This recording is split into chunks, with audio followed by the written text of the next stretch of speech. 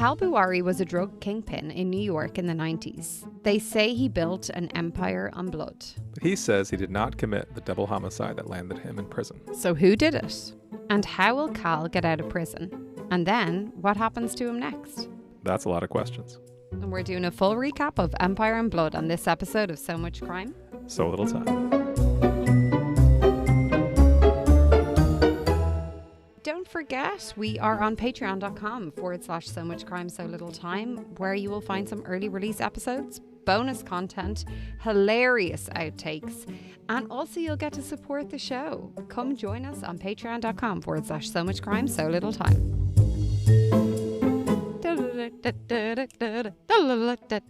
Me. Welcome to So Much Crime, So Little Time. I'm Dee. And I'm Jeff. And before we start, we just want to give you a warning. Warning. This episode is going to have spoilers for Empire on Blood. We're discussing the whole series here. If you haven't listened yet, check out our preview episode of this show. It's the one before this one in your feed. There'll also be a link to Empire on Blood in our show notes. And one other note before we begin, we want to thank Jessica, one of our Patreon supporters, for suggesting. Jessica. Jessica was the one who suggested that we cover Empire on Blood on our show. Thanks, Jessica. And for any of you out there who have a show that you want us to cover, join our patreon.com and send us a message. All right. As a reminder, Empire and Blood originally came out in 2018, but then it was updated and re-released in the summer and fall of 2024. The host is Steve Fishman. There are 8 episodes. Originally, there were 7. There's one additional episode and then a couple of bonus episodes. Each one is about 35 to 50 minutes or so long if you take out the copious ads. Copious ads. In our preview episode, we discussed episode 1. We met Cal Buari, who became a crack kingpin in the early 90s. In 1992, 2 brothers were murdered in Cal's territory. And Cal was convicted of the crime and given basically a life sentence for a crime he swears he did not commit. So, Jeff, let's jump in. Where do we start?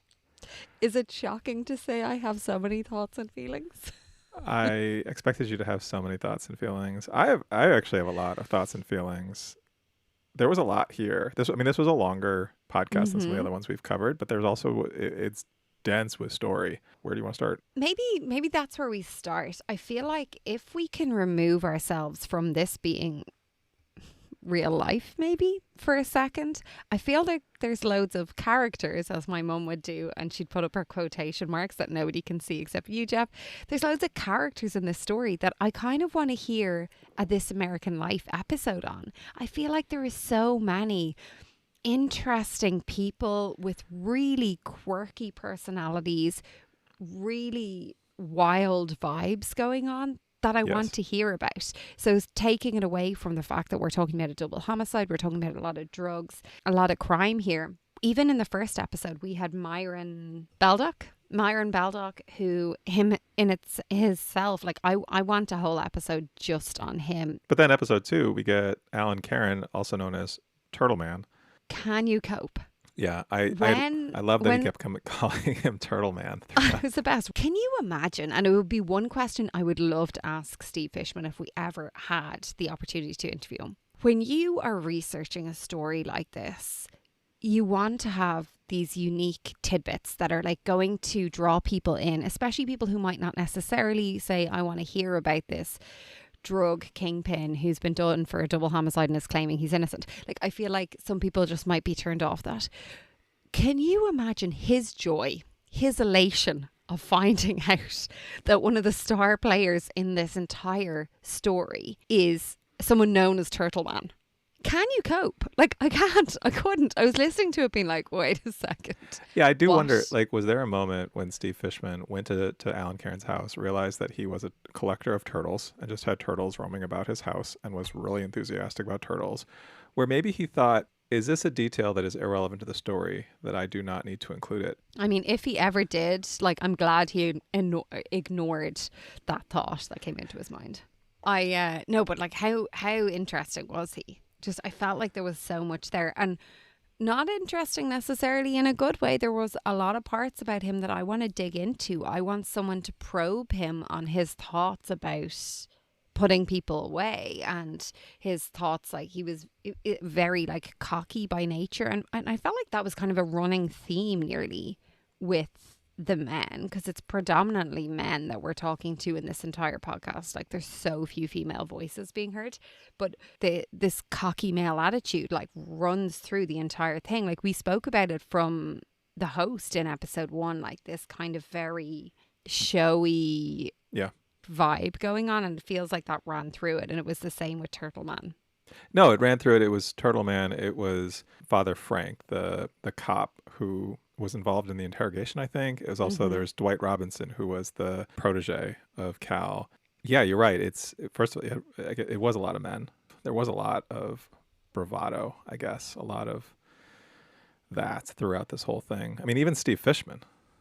Yeah, that's what I'm saying. Yeah, it kind of runs the whole way through. There were a couple of strong women here, particularly there was Kimberlia and Nakia, or Evelina, who came in as witnesses. Yeah. And yeah, the Nakia Evelina alter ego, I thought was so funny. Was fascinating. And she was the one, wasn't she, who was up on the stand and was like, our mic is placed very close to her, and she's like, that bitch coming for me. That bitch, I'm gonna take that down. Oh, it was very funny. Yeah. One thing I want to say is, and now maybe you're gonna not agree with me on this, but the way this was being put forward, I expected this whole protege thing to be more of a focal point. Dwight and Cal having this really like solid, intense friendship. Yeah.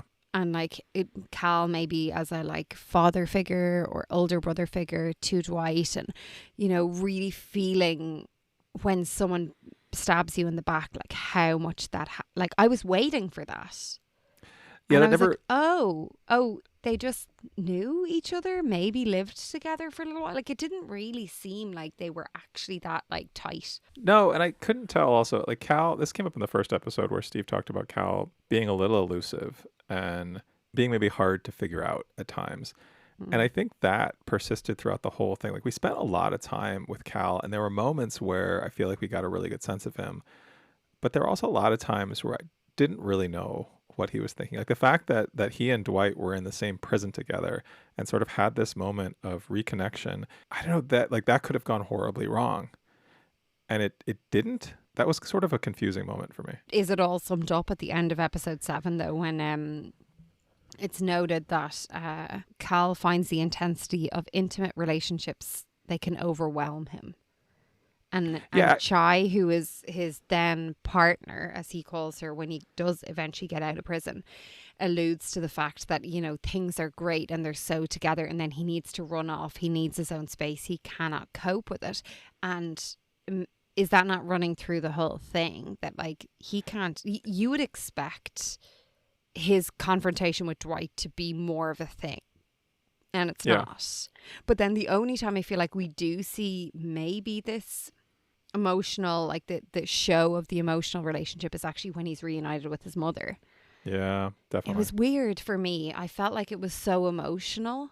I actually felt awkward. Like I felt like I shouldn't be there. Like we shouldn't be there. Yeah. It felt too raw.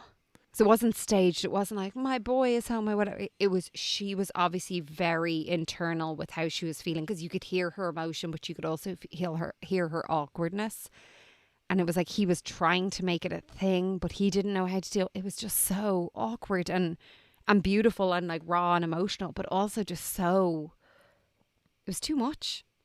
I think it was a lot. Yeah, I noted that too. So that was in episode 7. So he gets out and he's kind of doing this like release tour of going and seeing people and meeting people, and he waits to see his mother and he surprises her.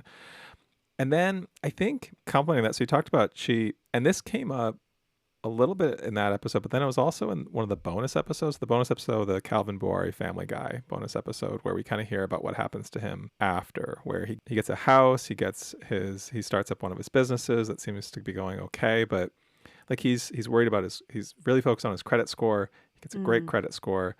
And so like in terms of like the business and making money, he's doing great.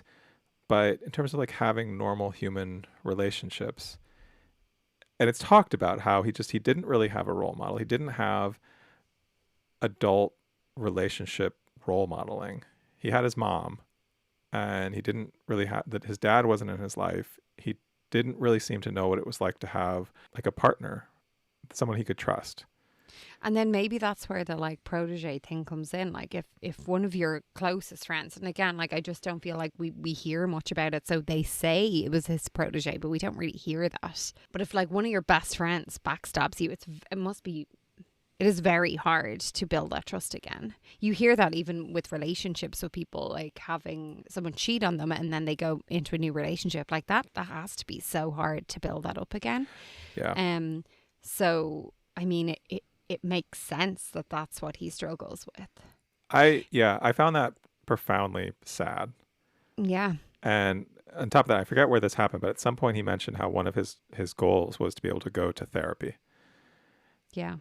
And this is a guy who like needs more than one therapy session. This guy needs a lot of therapy sessions, and it could really help him. And I got to the end of this, and one of the things I was going to ask you was, how did your impression of Cal kind of change or develop over time? And I feel like when we talked about this in the preview, I don't feel like we had a ton I don't feel like we really knew him, but we got these moments like with his mom, and then living in a van, and then having this mansion in Houston. What did you think of him in the end? Well, I want to answer your question with a question because I think obviously we see this huge development, but I find it hard. I still don't know have we heard the real Cal? Like, do we see it? Like, is it all just this farce, this outside shell, but not really seeing what's inside?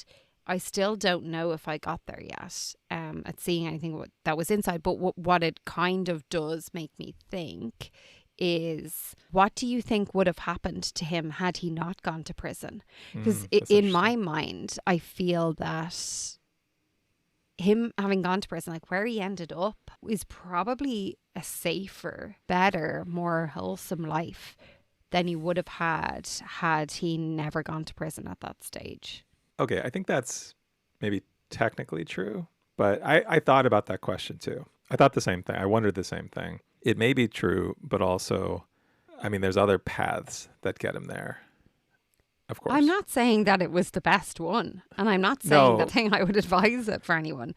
But what I'm saying is, when you did hear him at the end with his good credit score, and he's got his van, he's dropping those cards off to the prison guards, and he's saying, "Look you. Look, I got a job and it's going well." It's like he's doing what he was doing then. Like, he's making money. He is making people know about him. He is like still charismatic, but he's not doing it in a legal kind of fast money kind of way, the way he was earlier in life. But so that part is true.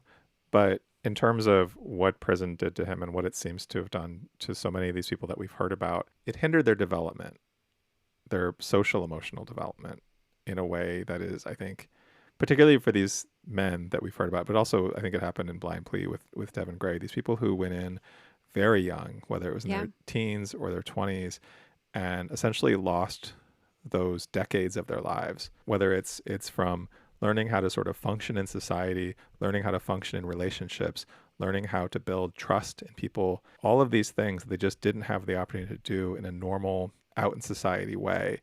And now they come out and they're in their 40s or 50s or 60s, and those formative years are just gone. yeah. And if anything, so much damage was done. Oh, absolutely. And I'm not saying in any way that it was like the best option. That's not what I'm saying. Yeah. But I will say, like, like to tack on to what you're saying, like, we're talking about going in to jail in the 90s and reappearing. Can you imagine, just from a technology point of view? And even when he came out, like, one of the things he wanted to do, like one of the things on top of his list was to get an iPhone. Right. Like, it's such a while, it must be such a wild jump. Everything is so different. We discussed maybe both of us not loving or feeling like it was very different vibes going into when we were in episode 1. Like, there was a lot of, I kind of compared it to Goodfellas with the style of narration. It was very dramatic, moody kind of vibe. But that like kind of continued throughout. I definitely felt. continued throughout. Yeah. Steve Fishman is very present throughout, and he has a lot of personality. Yeah. So I have a few things to say about that. Do you want to say anything before I talk? I kind of want to hear what you have to say first, and then I can disagree with you. Okay. So I feel like in episode 8, which is the additional episode, Yes. we hear about him saying he couldn't be at this court date for Emel McDowell because Steve Fishman's wife was like due her baby that day or their baby that day. So he was like, I can't just like go across town. But his wife was like, go, you must be there. As soon as I heard that, I was like, do you know what? He's obviously very sound. He wants to really put his work and the people that he feels like need his support front and center. And his wife must not like his dramatic, moody nature either. I don't know. But anyway, I will say that made me feel like he must be very sound because he really does care. What I've said previously, I was trying to remember who was the person I liked more. I liked them more when I heard them just doing a chit chat as opposed to when they were recording. Who was that? Yeah, in Price of Paradise. Yes. Oh, her? Yeah, yeah. Because remember the last episode was like the two lads having the. Oh yeah. Sorry. Okay. Yeah. In Price of Paradise, I kind of said this as well.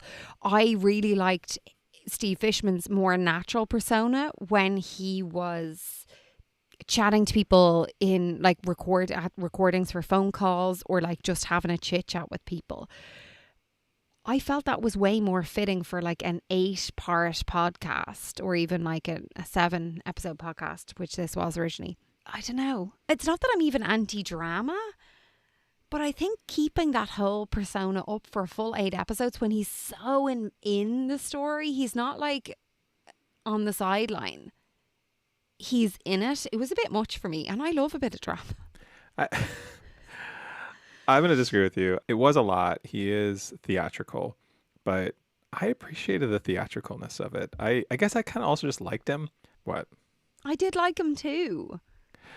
But I liked him in a way that I appreciate that we got to see those two sides of him. We got to see the side of him where he's in sort of presenter mode, sort of like his DJ voice, where he's, I don't know, he's playing up the drama of everything, but then also hear him in these like casual sort of unscripted moments where he's just talking to people like Emel or like Cal, and he's very kind of human and relatable, and I like the balance of that. He is, I mean, he's definitely the character we hear the most from in this. I mean, he's narrating it, so we hear his voice more than anyone else's. Well, you say that as if that's a given. Like, how You're many right. times Not have we said, like, who's the narrator? Like, you know, Sure. Who's telling the story? I kind of disagree. Like, I don't kind of. Like, I fully disagree. I think it was too much for that long. It would have been a perfect This American Life podcast. It would have been a perfect one-off, maybe 2-part series with that drama. But it was just so much, Jeff. I couldn't cope with it. No, you know what I liked about it? One of the things I liked about it, I felt like we were in Goodfellas. I felt like we were in good hands. Not Goodfellas, good hands. I felt like we had a host who knew what he was doing, who had a complicated story with a lot of people covering a lot of time and a lot of events. And I got to sort of trust that he was going to circle back to things that were important, to help explain things that maybe I'd forgotten, to question some things that seemed kind of strange. There were a bunch of things throughout this story. I was like, oh, like, why did that happen that way? And he would then comment on it, which I thought was really helpful. Like, he was engaging and useful narrator of the story. Okay. Agree to disagree? I mean, well, like, again, I'm not going to say like I disliked him. I would love to go for a pint of them. I think he'd be a great person to tell you a story over a pint. Yes, at his bar. He doesn't have the bar anymore. Do you know what? I feel like picture a person who always has the most dramatic story. And no matter what context you're in, they can one-up the story because theirs is so dramatic and they'll take charge and they'll tell the story, okay? So if you picture that person, great person to have around when you're having a pint, when you're having a laugh, when you're like in a big group and you need the ice broken. But like at that level all of the time, like I don't know. Gets too much. And for me, this felt if after episode 1 he dropped off a little bit with the moody, dramatic Goodfellas narration kind of vibe, I think it could have been a much better podcast. I feel like if he had gone more natural, like I thought his normal voice was so engaging, like a really good tone to it. I could nearly listen to it all day, but keeping up that level was just, for me, it was too much. I think you're wrong. Is that it? No, because I think he did dial it up and dial it down at different times. I don't think he dialed it down enough. Okay. What do you think would have happened to Cal had he not gone to prison? One of the things that came to mind when we were going through this, or when we were listening to this podcast or when I was listening, it kept bringing it back to, he dealt drugs and he was a crack kingpin and he ruined neighborhoods and he ruined lives. And more or less like, well, he did this. He didn't necessarily do what he was sentenced for, but he was wrecking homes and lives and people. And he was making money and buying mink coats and BMWs from this. And he was bringing in teenagers, but he was ruining a lot of lives. And I felt like there kept being this push and pull of some people saying basically, yeah, he didn't do this. But at the time in New York, there was so much wrong happening. There was so much crime happening that was like seeping into so many people's lives that if you could put people away that you knew were committing crime, even if they didn't do it, you jumped at the chance. I am not saying that is correct. What I'm saying is I felt like this kept coming back to it, and it kept being this balance of like, is that the right thing to do? And like, I know I've watched so many episodes of so many TV shows, not real life, where your gut or your heart or whatever is saying like, you have to put these people away because we're seeing it from the families who are being impacted by this. I remember watching The Wire, and part of me was saying like, put them all away for whatever you can. You look at what was your man's name? Was it Al Capone who was put away for tax evasion? Yeah. Like you put them away for whatever you can. But you put... Well, I just want to clarify that I'm not saying you put away innocent people. You don't profile and put away. And that's the thing that you were saying, that it's proven like it's majority not white people who were put in prison at this time and probably still now. I don't know the stats on it. It's still now. Yeah, it's still a problem. So I'm not saying that is right, but what I'm saying is I felt like the podcast kept doing this push-pull over, we had this massive issue. I'm not going to lie, Jeff, it brought me back to work. When you have a massive issue in work, you're trying to get the worst stuff off, the worst, like, but if there's a group of people selling drugs, get them off as quickly and whatever way you can, get them away, and then we'll deal with the rest of it as it comes. And obviously, what ends up happening is so many fuck-ups happen. So many people are put in jail. But who shouldn't have been. I think The Wire is a good metaphor because obviously it's about drug dealers and the police who are trying to arrest them and the lengths that they go to try to arrest them. But also it shows that, okay, you take down Avon Barksdale and Stringer Bell, and who comes up in their place? Those guys don't make it to the end of the series. Spoiler for a show that came out 20 years ago. But there's worse people who come in their place. That doesn't solve the crack problem. And you're just ruining lives in different ways. You're ruining different people's lives by doing that. That's not the solution. And I think that's like the Giuliani of it all. Giuliani cleaned up the streets. He made New York safe for families. He made Times made Square... himself look fantastic also. Right. But it is also true that he made New York a safer place. But at what cost to the communities that he affected? And this is a much more complicated issue that we're going to like resolve here. But I hear your point. I think there's validity to your point. But also and this came up in episode 8, which there was that line about not letting truth get in the way of justice, which is a real slippery slope. But I felt like that was like a prevailing like theme throughout as well. It was like this push pull of like, just get them off. And I felt like from Turtleman, he kept speaking about the way I do it is different to the way anyone else does it. And I could do whatever the hell I wanted, basically. Yeah. But that was also in the Father Frank episodes, the bonus episode, which There was some interesting stuff in there just about the sort of coercive tactics of the Mm-hmm. police and interrogations and stuff that we've heard about before in other contexts. But here you had the example of Hugh Burton, who was convicted in 1989. So his mother was murdered in 1989. He was 16 at the time. He served 20 years in prison, seemingly didn't do it.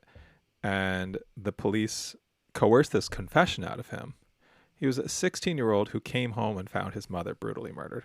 And the police decided that he was the one who was going to confess. Was he maybe, I don't know his story. I don't know what he was involved with. But let's say, like Cal, he was doing other illegal things. I don't know that that's true, but just hypothetically. And maybe that's why they decided to pin it on him. But, Or was it for the stats? or was it for the stats to get that murder off the board? Yeah. Either way, we learned about, and we heard about this in the Unalinsky case of the police basically Mm-hmm. using what should be illegal tactics. Although we heard here that it's legal for the police to be coercive, to basically lie to witness. Oh, we heard that in Karen Stitt. We heard it. Yeah, we heard it multiple times. Actually, we heard that recently. Police are allowed to lie. Yeah, yeah. So that's Which, great for building trust. Love that for anyone else. One other thing in episode 8 that I think we heard was the DA was saying they've changed their ways, where we've progressed from there. yeah. Do you think that's true? I think it can be true. I don't know. I don't know about what's going on in New York, but I think it is possible that a new DA comes in and decides to right past wrongs. But I suppose that goes back to, like, you know, you're saying like the Rudy Giuliani like method doesn't work or whatever. But for a DA or for a mayor or whatever, if you don't get your stats down quickly, you've failed. You know, Sure. It's like you don't follow soccer, football for the Irish listeners out there, and English listeners out there. But like, it's the same. I would say, me who knows very little about football in the UK or in Ireland, but I know if a team aren't doing well, they're getting the manager out and getting someone back in again. There's no such thing as loyalty. There's no such thing as, you know, the time commitment for like, let's establish like a good rapport and like build things up. And the side is like, with a football team, you're just playing a sport. With a mayor or a DA, like, people's lives are on the line. Are you going with quality over quantity? Because from a non-criminal point of view, I can understand why a community wants numbers up. We want more convictions. We want blah, which puts pressure on DAs or mayors or whatever to be like, let's get people behind bars, make the evidence work. In a way, maybe they think it's just because the evidence is pointing in the right direction. I don't know. I think it's one of those pendulum swing things where it just goes back and forth between wanting to lock more people up, get more criminals off the streets, and then wanting to get some of those wrongfully convicted people or, you know, bad convictions, bad policing undone. And it probably just swings back and forth. And I like that DA who is trying to get people out of prison who shouldn't have been in prison is pissing off a lot of cops, pissing off victims' families. Yeah, that's what I'm saying. But the other side of this is like, how terrifying is that? You can just be not involved in something and convicted for it. Yeah. And more so if you're not white, and more so if you're, I suppose, not a white woman, because I don't think it happens to white women as much as even white men or people who aren't white. No, I mean, it happens disproportionately to black men, which is one of the other questions. Emel goes to prison and basically becomes a legal scholar. He comes out of prison and ends up working as a paralegal, I think, for a law firm. And that just sort of hit me of, we've heard about these kinds of stories before of someone goes to prison. They have a lot of time in prison. What do you do with that time? And some people choose to use that time becoming legal experts in their case because it's something that obviously they see it as a path to get out. But not everybody has, I think, the capacity to do that. Not everyone has the initial education or the skills to do that. And I feel like the fact that it depends so much on your ability to even just have the capacity to learn that stuff. I never would have made it in law school. Oh, yeah. I took business law we had to for a semester. I took business law also and couldn't tell you a thing I learned in that class. So, Jeff, as we're wrapping up here, what's your thoughts? Is this something you're going to recommend to a friend? Is this crime worth your time? I think so. Again, I come back to, I think it was a really interesting story. I thought it was well put together. We met a lot of interesting people. What do you think? Every new podcast, every new thing listen to, I feel like gives me a new vibe, new like outlook on things. I think I would say to someone, this is interesting, but you know, be aware. He's very dramatic. He's very moody. It's not up my street. Like, I didn't love it. I didn't love it. Let me ask you like this. I'm finding it harder to say that. What do you mean? Care more. Would you listen to Steve Fishman's podcast about getting picked up by a serial killer when he was a teenager? Very interesting. Yes. Okay. Is it one episode? I don't know, but I want to listen to that one as well.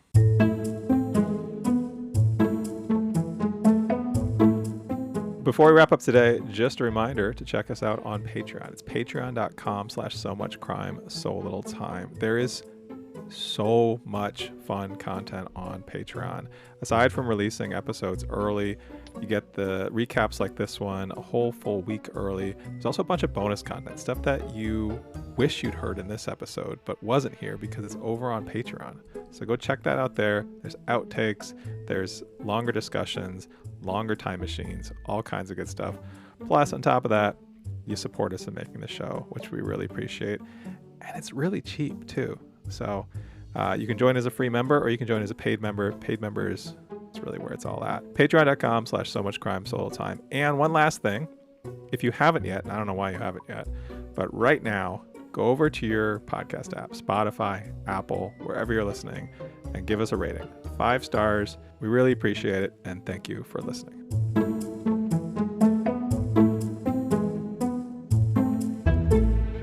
Jeff, you love being in a bookshop, don't you? I do. Did you work in a bookshop before? I did. Wow, okay, that makes sense. With all those English degrees. Did you ever see, when you were working in a bookshop, any very sinister looking titles, such as Hitman, a technical manual for independent contractors? You know, I don't remember seeing that. Interesting. Must not have been in your interests at that stage. Who knows what you're listening to now after all of this true crime? Well, next time on So Much Crime, So Little Time, we're going to jump into Hitman by iHeart Podcasts, which was released in 2019. This is a story about how a hitman's manual became a very important part of the murder of a mother, an 8-year-old, and a close family friend. That's next time on So Much Crime, So Little Time.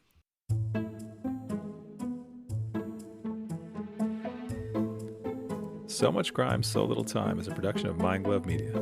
The executive producer is Paxton Caloriso. Our associate producer is Blythe Ty. Our theme music was composed by Vyacheslav Starostin. If you haven't done it yet, please subscribe to this show on your podcast app. And don't forget to give us a 5-star rating and a review. Even better, tell your friends. To join the discussion, look for us on social media. Check out the show notes for all the links. Thanks for listening.